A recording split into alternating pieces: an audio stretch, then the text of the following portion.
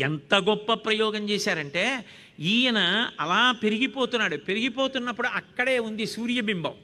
ఆ సూర్యబింబం మొట్టమొదట ఆయనకి గొడుగయిందిట. ఆ గుండ్రంగా ఉంటుంది కదా, ముందు ఆయన పెరుగుతుంటే గొడుగుగా ఉంది.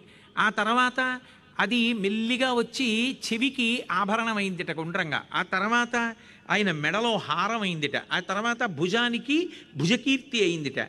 ఆ తర్వాత నడుముకి వడ్డాణానికి పెట్టుకున్నటువంటి చిన్న గంట అయిందిట.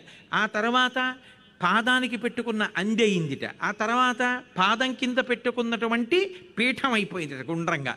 అంటే పైన గొడుగుగా ఉన్నది ఆయన పెరిగిపోతుంటే కిందకు వచ్చేసి పాదపీఠం అయిపోయింది గుండ్రంగా.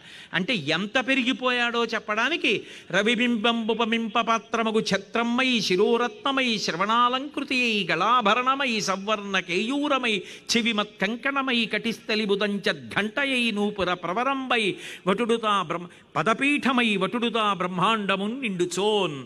ఆ వటువు త్రివిక్రమ స్వరూపంతో పెరిగిపోతుంటే ఆ సూర్యబింబం అంతవరకు అలా కిందకు వచ్చేసి ఆయన పాదపీఠం అయిపోయింది. అంత పెరిగిపోయాడు.